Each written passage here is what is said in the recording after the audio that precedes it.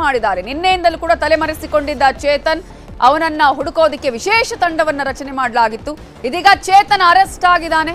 ಕೊಲೆ ಕೇಸ್ ಸಂಬಂಧ ಚೇತನನ್ನ ತೀವ್ರ ವಿಚಾರಣೆಗೆ ಒಳಪಡಿಸಿದ್ದಾರೆ. ಇವತ್ತು ಖಾಸಗಿ ಆಸ್ಪತ್ರೆಯಲ್ಲಿ ಲಾವಣ್ಯ ಪೋಸ್ಟ್ ಮಾರ್ಟಮ್ ನಡೆಯುತ್ತೆ. ದೇರಳಕಟ್ಟೆಯ ಖಾಸಗಿ ಆಸ್ಪತ್ರೆಯಲ್ಲಿ ಲಾವಣ್ಯ ಪೋಸ್ಟ್ ಮಾರ್ಟಮ್ ಅನ್ನು ನಡೆಸಲಾಗುತ್ತೆ.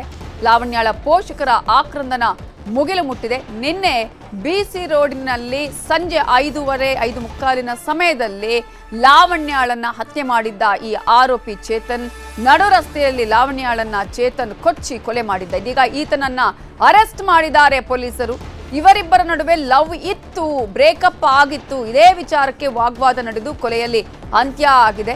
ಲಾವಣ್ಯಾಳ ಸಹೋದರ ಕೂಡ ಹೇಳ್ತಾ ಇದ್ರು, 4 ವರ್ಷಗಳ ಹಿಂದೆನೇ ಅದು ಬ್ರೇಕಪ್ ಆಗಿತ್ತು, ಆತ ನಮ್ಮ ರಿಲೇಟಿವ್, ಹೀಗೆ ಮಾಡ್ತಾನೆ ಅಂತ ನಾವು ಅಂದುಕೊಂಡಿರ್ಲಿಲ್ಲ ಅಂತ ಹೇಳಿ.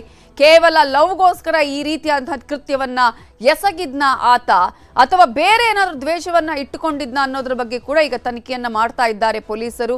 ಚೇತನ್ ಈಗ ಸಿಕ್ಕಿದ್ದಾನೆ. ಆತನನ್ನ ಅರೆಸ್ಟ್ ಮಾಡಿ ತೀವ್ರ ವಿಚಾರಣೆಗೆ ಒಳಪಡಿಸಿದ್ದಾರೆ.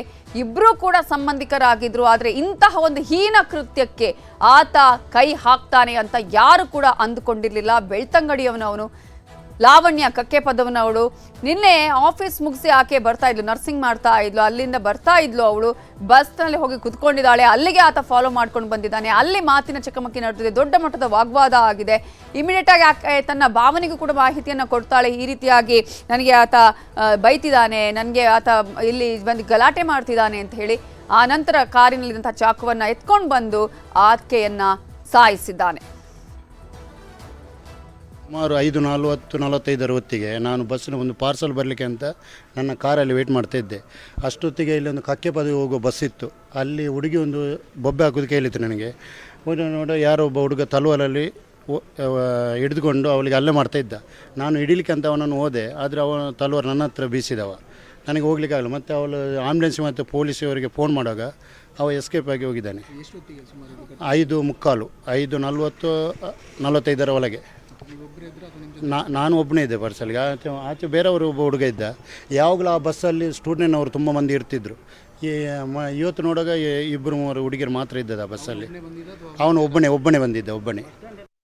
ಇದರ ಬಗ್ಗೆ ಇನ್ನಷ್ಟು ಡೀಟೇಲ್ಸ್ ಕೊಡೋದಕ್ಕೆ ನಮ್ಮ ರಿಪೋರ್ಟರ್ ಕಿಶನ್ ಶೆಟ್ಟಿ ಈಗ ಫೋನ್ ಸಂಪರ್ಕದಲ್ಲಿ ಜಾಯ್ನ್ ಆಗಿದ್ದಾರೆ. ಕಿಶನ್, ನಿನ್ನೆಯಿಂದ ಹುಡುಕ್ತಾ ಇದ್ರು ಪೊಲೀಸರು, ಎಲ್ಲಿ ಸಿಕ್ಕಾಕೊಂಡ ಈತ, ಈಗ ಕರ್ಕೊಂಡು ಬಂದಿದ್ದಾರಾ, ವಿಚಾರಣೆ ಯಾವ ರೀತಿಯಾಗಿ ಸಾಗ್ತಾ ಇದೆ, ಈತನ ಹಿನ್ನೆಲೆಯ ಬಗ್ಗೆ ಏನೆಲ್ಲ ಸಿಕ್ಕಿದೆ ಮಾಹಿತಿ?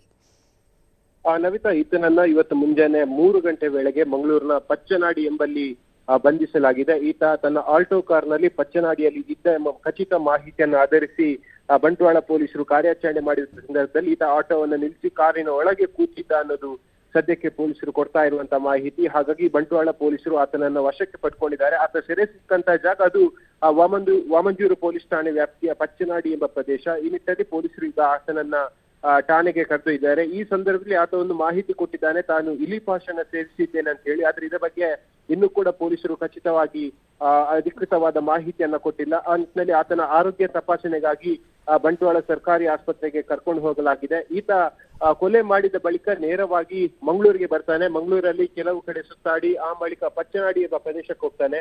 ಆ ಪಚ್ಚನಾಡಿ ಪ್ರದೇಶ ಅನ್ನೋದು ಅದೊಂದು ಡಂಪಿಂಗ್ ಯಾರ್ಡ್ ಉಳ್ಳಂತ ಪ್ರದೇಶ. ಸಾಮಾನ್ಯವಾಗಿ ಅಲ್ಲಿ ಸಂಜೆ ಹೊತ್ತಿನ ನಂತರವಾಗಿ ನಿರ್ಜನವಾಗಿರುತ್ತೆ, ಕೇವಲ ತ್ಯಾಜ್ಯದ ವಾಹನಗಳು ಮಾತ್ರ ನಿಂತಿರುತ್ತೆ. ಹಾಗಾಗಿ ಅದೇ ಸ್ಥಳವನ್ನ ಚೂಸ್ ಮಾಡಿ ಆತ ಅಲ್ಲಿ ಕೂತಿದ್ದ. ತಾನು ಅರೆಸ್ಟ್ ಆಗ್ತೇನೆ ಅಂತ ಹೇಳಿ ಗೊತ್ತಿದ್ರು ಕೂಡ ಆತ ಅಲ್ಲಿ ಕೂತಿದ್ದ. ಜೊತೆಗೆ ಆತ್ಮಹತ್ಯೆಗೆ ಪ್ರಯತ್ನ ಮಾಡಿರುವಂತಹ ವಿಚಾರಗಳು ಕೂಡ ಸದ್ಯಕ್ಕೆ ಬೆಳಕಿಗೆ ಬರ್ತಾ ಇದೆ. ಆದ್ರೆ ಪೊಲೀಸರು ಮಾತ್ರ ಅಧಿಕೃತವಾಗಿ ಇನ್ನು ಯಾವುದೇ ಮಾಹಿತಿಗಳನ್ನ ಕೂಡ ಬಿಟ್ಟುಕೊಟ್ಟಿಲ್ಲ.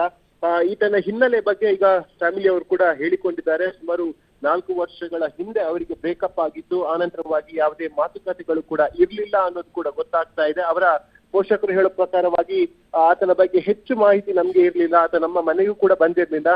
ಎಲ್ಲೋ ದೂರದ ಸಂಬಂಧಿಕರ ಮದುವೆ ಫಂಕ್ಷನ್ ಅಥವಾ ಬೇರೆ ಕಾರ್ಯಕ್ರಮಗಳಲ್ಲಿ ಆತನನ್ನ ನೋಡಿದ ಗುರುತು ಹೊರತಾಗಿ ಯಾವುದೇ ರೀತಿಯಾಗಿ ಹತ್ತಿರದ ಗುರುತು ಇರ್ಲಿಲ್ಲ ಅನ್ನೋದನ್ನ ಈಗಾಗಲೇ ಲಾವಣ್ಯ ಅವರ ಹೆತ್ತವರು ಕೂಡ ಹೇಳಿದ್ದಾರೆ. ಸದ್ಯಕ್ಕೆ ಆತನನ್ನ ವಶಕ್ಕೆ ಪಡೆಯಲಾಗಿದೆ. ಬಂಟ್ವಾಳ ಸರ್ಕಾರಿ ಆಸ್ಪತ್ರೆಯಲ್ಲಿ ಚಿಕಿತ್ಸೆಯನ್ನ ಕೊಡುವಂತ ನಿಟ್ಟಿನಲ್ಲಿ ಅಲ್ಲಿ ಪರಿಶೀಲನೆ ಮಾಡ್ತಾ ಇರುವಂತದ್ದು.